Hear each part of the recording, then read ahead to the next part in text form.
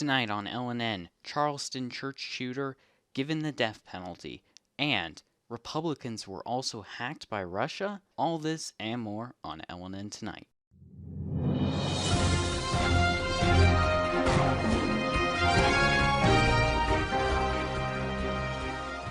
We are back for this Tuesday edition of LNN Tonight. I'm Daniel Morrison alongside David Knight, and we start off with breaking news as Dylan Roof, the Charleston church shooter, has been given the death penalty. What are your thoughts on this, David? Well, I'm not too surprised about it. I mean, he did a horrible thing, had a huge impact. It was real big in the news, and especially it was very race driven. And as the trial went forward, he didn't want any representation. I don't even think he really wanted to even save himself. Clearly very disturbed, and he said he had no remorse for it. So, I mean, yeah, I'm not too surprised by it. There's a huge public outcry in this case. Yeah, exactly. And this guy, he's just a bad guy. I wouldn't necessarily agree with the death penalty, but certainly he got the maximum punishment and definitely deserved it. Our second story tonight, as according to James Comey, Republicans were also hacked by Russia. David, what's the latest on these Russian hacks? I don't think I really know. So apparently, James Comey says Russians tried to influence the Republican side as well as the Democrat side. I think they were just trying to meddle in everything, according to what he said. And frankly, for me, though, Comey doesn't really have a whole lot of trust for a lot of people, especially me, because with the whole Hillary Clinton thing saying there was no investigation and there was, and then there's new emails and there's not, and now it's open, now it's closed. I mean, I really don't know where this guy's coming from. And frankly, I think when Trump does get sworn in on the 20th, I don't think Mr. Comey's going to have his job very long.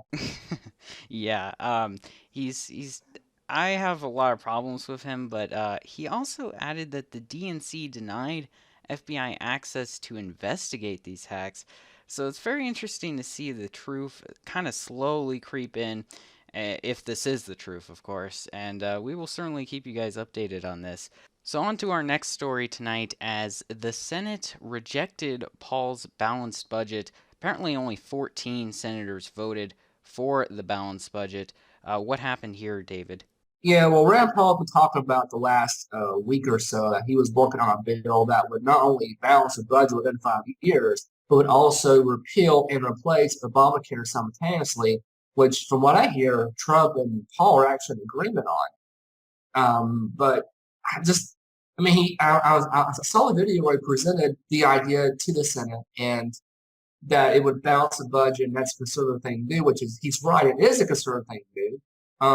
Some notable names that voted for it are Ted Cruz, Marco Rubio, he actually showed the vote, believe it or not, and Ben Sasse, he's the up and coming senator I really like. But that's it, me on the big names.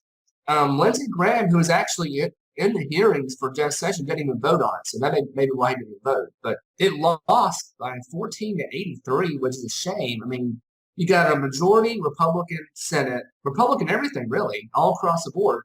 And they've been talking about Obama for the last 8 years about spending and big government and the huge deficits, and how it's doubled since Bush was in office. And they get a chance to actually balance it with the votes, and they don't do it, which I don't understand. Even Bernie Sanders said, if you're a conservative, you should vote for this. I mean, Yeah, yeah, Bernie Sanders, who I respectfully disagree with on a lot of things, actually said something I'm pretty happy with. He said that he wouldn't support the bill, but he understands that this is something that the Republicans have talked years and years about during the Obama years. And he basically said that here's a vote that you should cast. And only 14 Republicans did out of what? I think over 60 in the Senate now. I So, think it's like 2 to 48, actually, I think, some numbers, something like that. oh, okay. So, yeah, but it's still like very few Republicans out of all the Republicans in the Senate voted for a balanced budget, and it just shows that they repeat the talking points every time, and then they get elected and they don't do it, and then Democrats come in and they blame Democrats for all the spending, and it goes back and forth, and it's just a mess in the Senate. So on to our next story today, as it was the first day for Trump's new cabinet appointees to go through Senate confirmation hearings. David, what played out today with some of these hearings? Well, Jeff Sessions was questioned about certain positions like religious freedom, and he addressed his issues, like the whole controversy with him 30 some years ago, talking about being like racially insensitive or to showing being racist against African Americans and whatnot, and calling the ACLU un-American and things like that. And there's also a lot of protesting going on too. There were several protest groups in the hearing, and there are several of the services where I think 4 or 5 were actually kicked out. I saw a few videos about that, so it got pretty intense. There's also a lot of people who supported Mr. Sessions as well. So in the end, I think he will get approved. I think Cory Booker, a Democrat from New Jersey, is supposed to testify or do some kind of testimony against him tomorrow.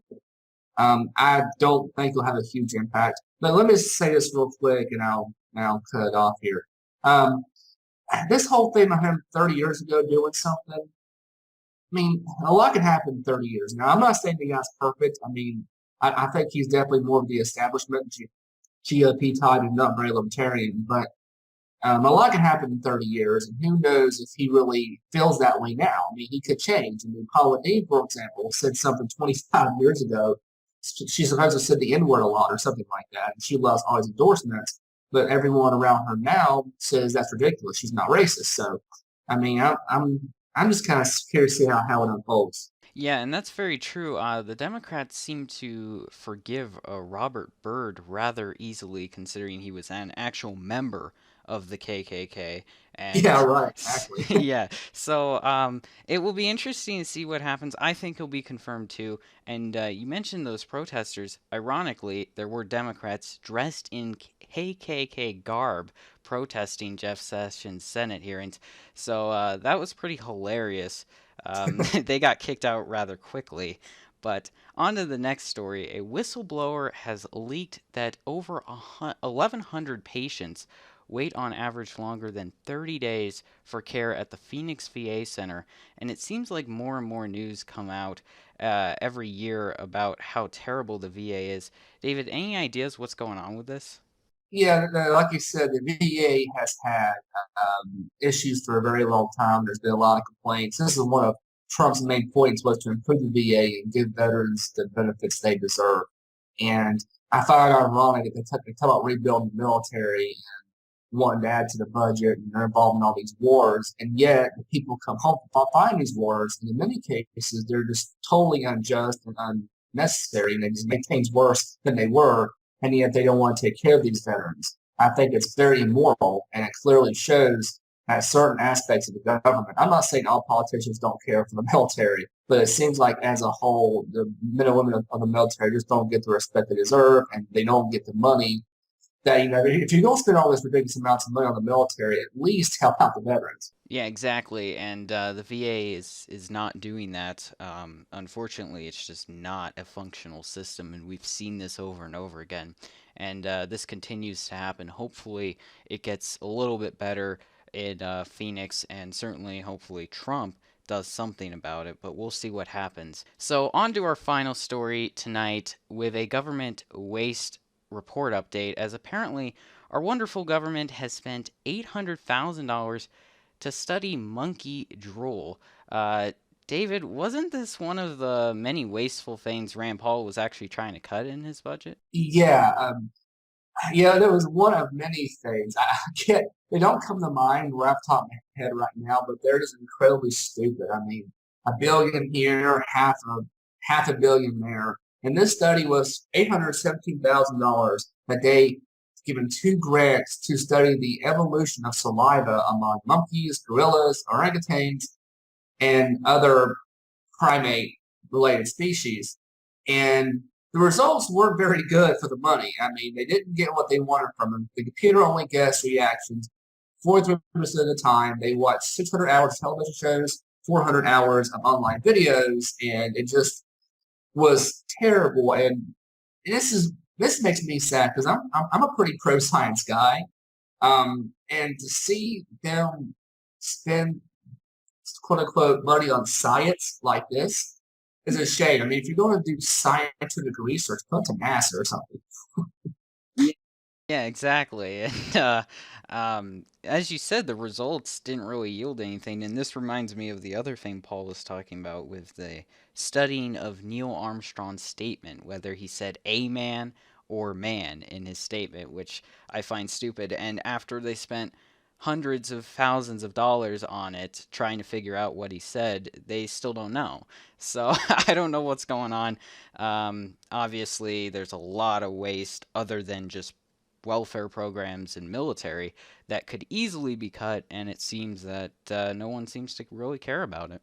So that will do it tonight on LNN. Thank you guys for watching. I'm Daniel Morrison alongside David Knight, and we will see you again tomorrow.